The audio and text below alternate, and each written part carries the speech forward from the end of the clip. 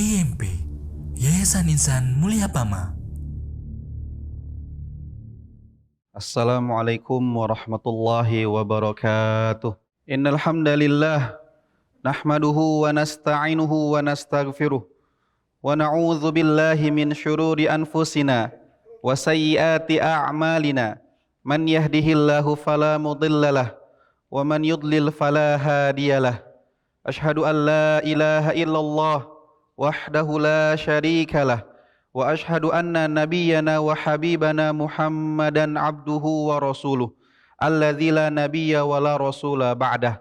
Allahumma salli wa sallim wa barik wa zid wa an'im ala abdika wa rasulika wa khalilika sayyidina wa maulana Muhammadin wa ala alihi wa sahbihi wa man iktafa atharahu ila yaumil qiyamah. Faqala azza wa jalla fi kitabihil karim, a'udzu billahi minasy syaithanir rajim. Ya ayyuhalladzina amanu taqullaha haqqa tuqatih wa la tamutunna illa wa antum muslimun. Allahumma 'allimna ma yanfa'una wanfa'na bima 'allamtana wa zidna ilma wa arinal haqqa haqqan warzuqna ittiba'ah wa arinal batila batilan warzuqna ijtinabah. Amma ba'du. Ma'asyiral muslimin, jamaah salat Jumat rahimani wa rahimakumullah. Dalam mimbar yang mulia ini, di hari Jumat yang penuh dengan keberkahan ini, setelah kita memuji Allah Subhanahu wa taala, mengagungkan Allah Subhanahu wa taala, mensucikannya, kita hanya beribadah kepadanya, kita bersyukur kepadanya atas semua kemudahan-kemudahan, nikmat, hidayah, dan kasih sayang yang Allah curahkan kepada kita hingga sampai saat ini. Hari ini hari Jumat, hari yang kita disunnahkan untuk memperbanyak salawat teriring salam kepada panutan kita, junjungan kita, Nabi Muhammad sallallahu alaihi wa ala alihi wa sahbihi wasallam. Ikhwatal iman, hadirin rahimani wa rahimakumullah. Siapa di antara kita yang tidak pernah merasakan capek atau lelah dalam kehidupan dunia ini? Setiap kita pasti merasakan yang namanya capek ataupun lelah.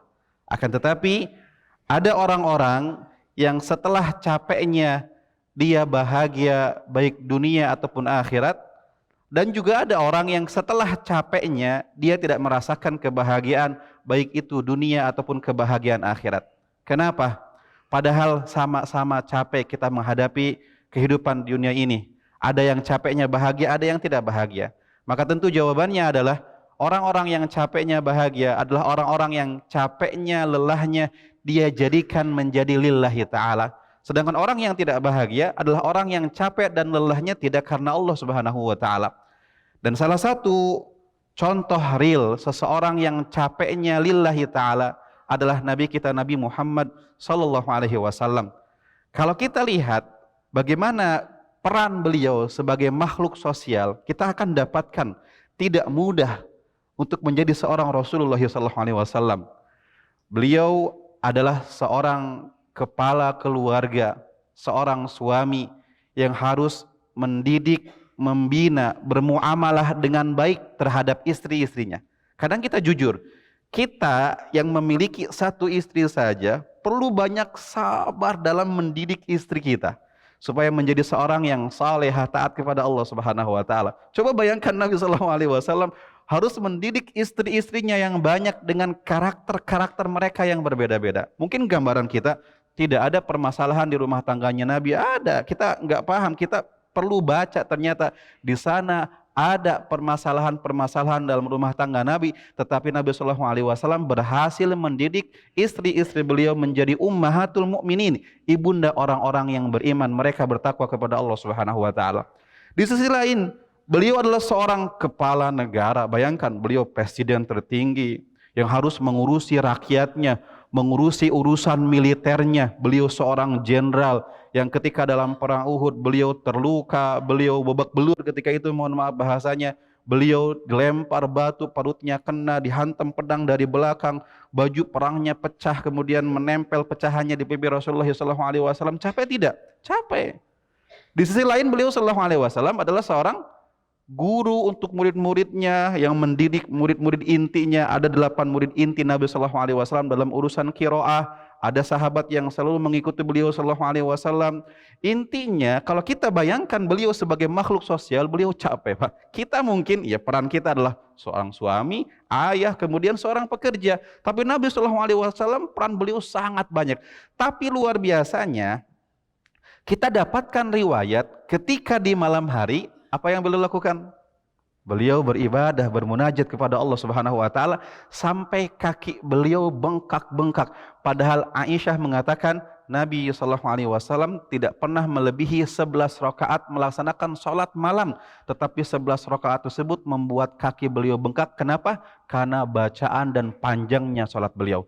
Dalam satu riwayat Muslim, ketika Nabi sallallahu alaihi wasallam melaksanakan salat malam, tiba-tiba di belakangnya ada sahabat Hudzaifah bin Al-Yaman ikut bersama Nabi SAW melaksanakan sholat tahajud berjamaah dengan beliau. Dan ketika itu Nabi SAW membaca Al-Baqarah. Hudzaifah bin Al-Yaman di belakang bergumam, sepertinya Nabi SAW akan ruku di di ayat yang ke-100. Ternyata setelah ayat yang ke-100 bablas sampai semua ayat Al-Baqarah 286 ayat tersebut, dan faqara'aha mutarassilan, dan bacanya itu pelan-pelan. Lihat bagaimana. Kita mungkin nggak bisa mendekati ibadah beliau sallallahu alaihi wasallam, akan tetapi pelajarannya apa? Kok bisa ya seseorang yang capek di siang hari dengan semua urusan-urusan yang banyak, di malam harinya kok bisa beliau beribadah kepada Allah dengan luar biasa? Tentu jawabannya apa? Karena capeknya beliau, lelahnya beliau jadikan lillahi ta'ala. Ikhwatal iman, hadirin rahimani wa rahimakumullah. Siapa di antara kita yang tidak capek? Semua orang pasti capek. Allah jamin itu. Allah sebutkan dalam surat Al-Balad, A'udzu billahi minasyaitonir rajim. Laqad khalaqnal insana fi kabad. Sungguh kami ciptakan manusia dalam keadaan mereka itu capek, mereka lelah. Siapa manusia tersebut? Orang kaya capek, orang miskin capek, orang baik capek, orang jahat Pak capek, pezina capek, orang yang mencuri capek, semuanya capek. Orang pergi naik haji juga capek, semua orang capek. Orang tuanya capek, anak mudanya capek, karena Allah mengatakan apa? Khalaqnal insan, kami menciptakan manusia semuanya dalam keadaan capek. Lihat, kalau kita lihat ada seseorang laki-laki yang datang dari Iran menuju Irak. Seorang anak muda yang datang dari Khurasan ingin bertemu dengan Imam Ahmad bin Hambal. Kemudian anak muda tersebut datang dari Khurasan menuju Irak.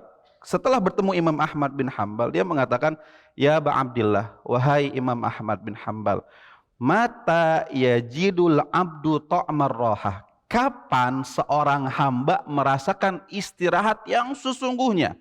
Apa jawaban beliau? Orang mungkin mengatakan ketika meninggal dunia istirahat sesungguhnya. Kata siapa? Dia ada fitnah yang selanjutnya.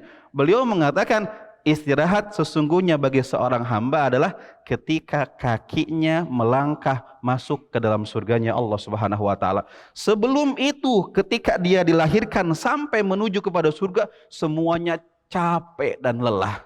Lihat, bayi yang dilahirkan dia capek. Mungkin kita nggak merasakan, tapi dirinya capek. Belajar jalan dia capek. Kemudian belajar merangkak capek, kejedot jatuh, gigi tumbuh panas, capek badannya. Anak-anak kecil di zaman sekarang lihat, aktifnya luar biasa. Main, jingkrak sana, jingkrak sini, pulang-pulang capek. Anak-anak SD zaman sekarang lihat, dari pagi sampai sore, sore privat lagi, sampai maghrib murojaah lagi. Seperti itu, SMP semakin sulit pelajarannya. Setelah SMA, setelah itu kuliah, bersaing dengan ribuan orang untuk masuk universitas yang diinginkan. Setelah masuk, ketemu dosen yang luar biasa, ketat pengajarannya. Setelah lulus, bersaing untuk mencari kerja dengan jutaan orang. Setelah dapat kerja, dia bekerja capek, ketemu bos yang luar biasa, misalkan pengaturan dan sebagainya. Setelah itu dia nikah, capek. Setelah itu punya istri, kapan capek? Setelah tua capek, ngurusin cucu dan sebagainya. Kapan gak capeknya? Semua manusia Allah katakan dalam Al-Quran, laqad khalaqnal insana fi kabad. Sungguh kami ciptakan manusia, mereka semuanya pasti dalam keadaan capek dan lelah. Aqulu qauli hadza astaghfirullah li wa lakum istaghfiruhu innahu huwal ghafurur rahim. Alhamdulillahi rabbil alamin wa bihi nasta'inu ala umuri dunya waddin.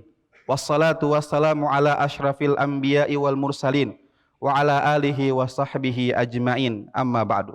Ikhwatal iman, hadirin jamaah salat Jumat rahimani wa rahimakumullah. Setidak-tidaknya ada 3 syarat yang harus terpenuhi supaya capeknya kita, lelahnya kita menjadi bahagia dunia dan akhirat. Syarat yang pertama yang harus terpenuhi adalah bahwa capeknya kita, lelahnya kita harus disebabkan karena kebaikan-kebaikan secara fitrah atau ketaatan-ketaatan agama kepada Allah dan Rasulnya.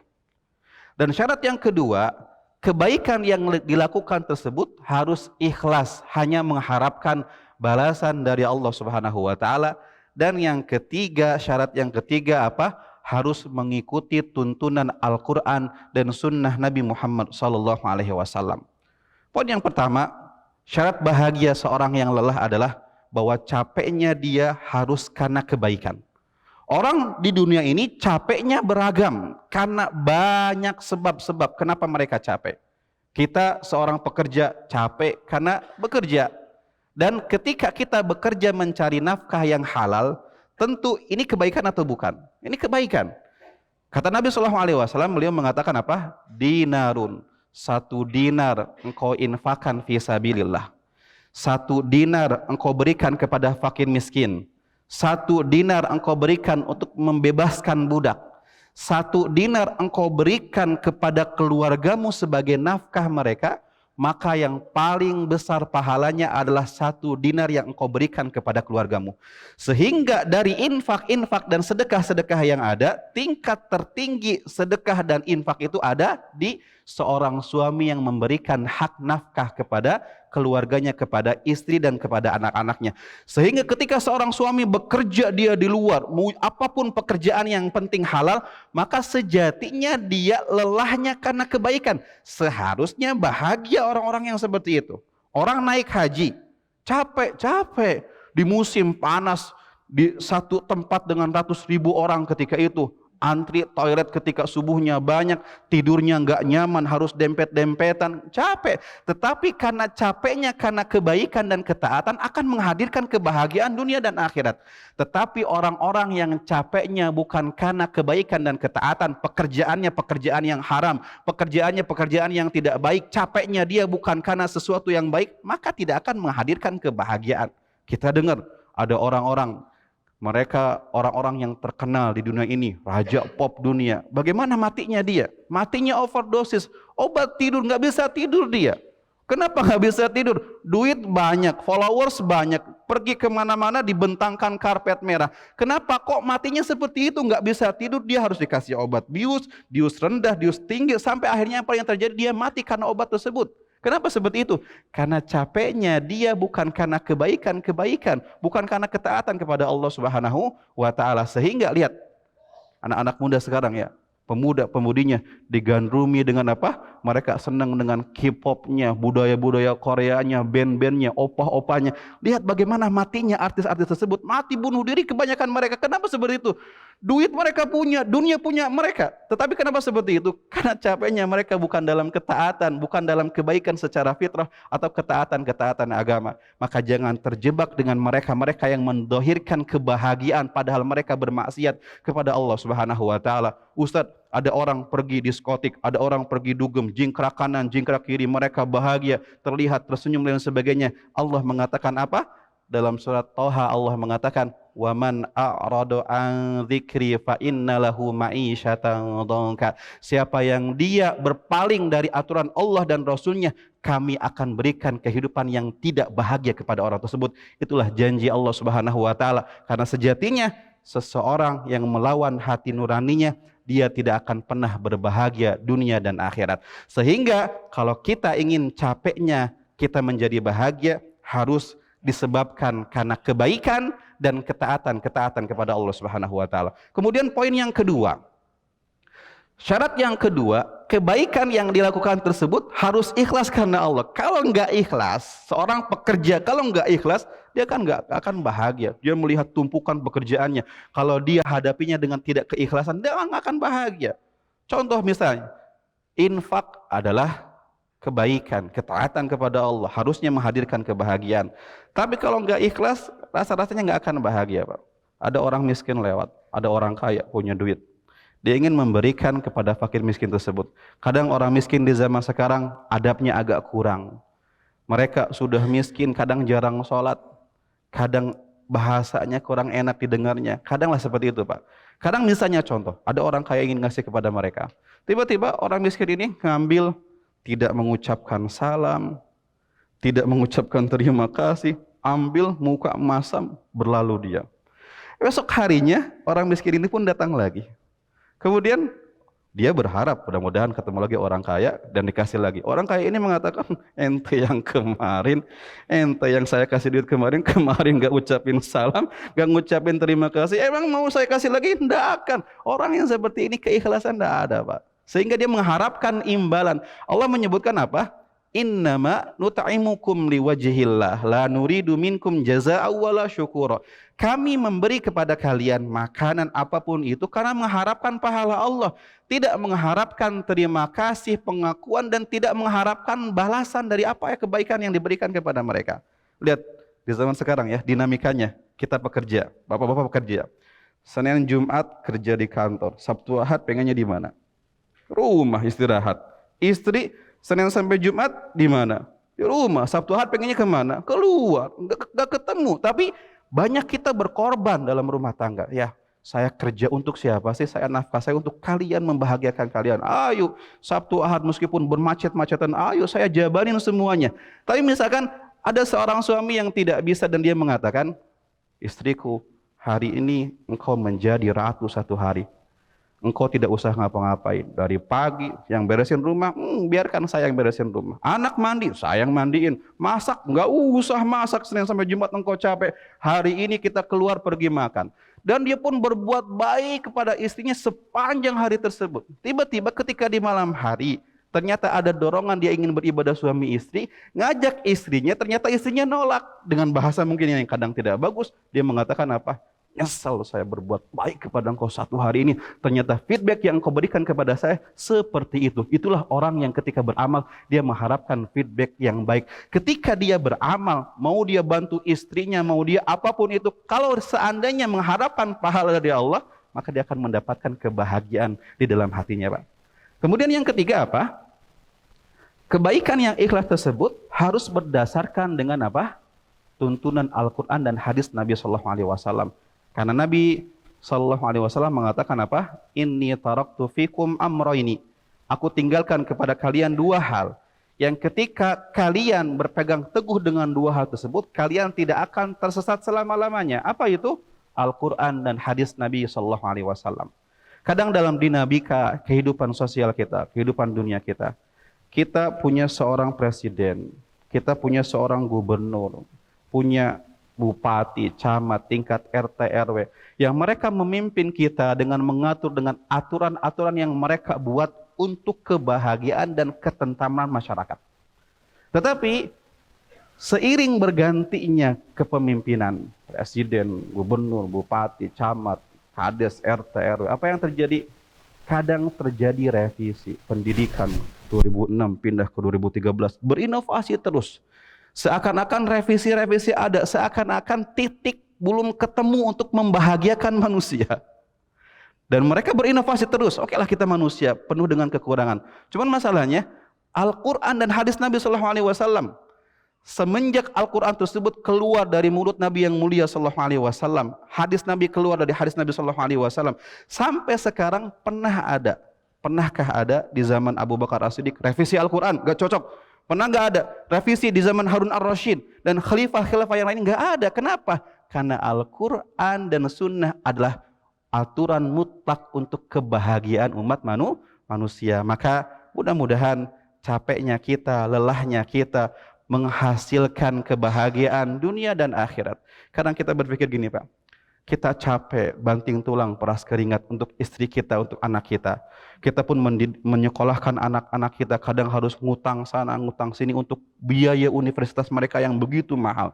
Tapi ternyata jika seandainya perjuangan kita, lelah dan capeknya kita, ternyata menghasilkan anak yang tidak berbakti kepada kita, apa yang terjadi?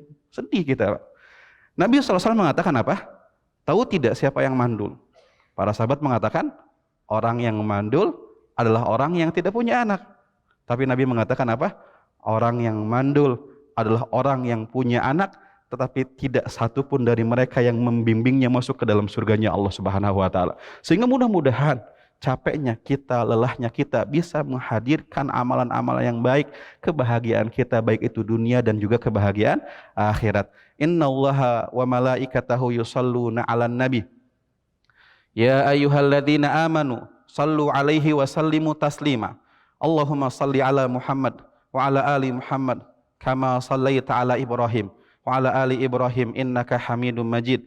Wa barik ala Muhammad wa ala ali Muhammad kama barakta ala Ibrahim wa ala ali Ibrahim innaka Hamidum Majid. Allahumma ighfir lil muslimina wal muslimat wal mu'minina wal mu'minat al ahya'i minhum wal amwat innaka sami'un qaribun mujibud da'wat ya qadiyal hajat. Allahumma ighfir lana wa liwalidina warhamhum kama rabbawna shighara. Allahumma bi'izzatika a'izzal islam wal muslimin wa adhilla syirka wal musyrikin.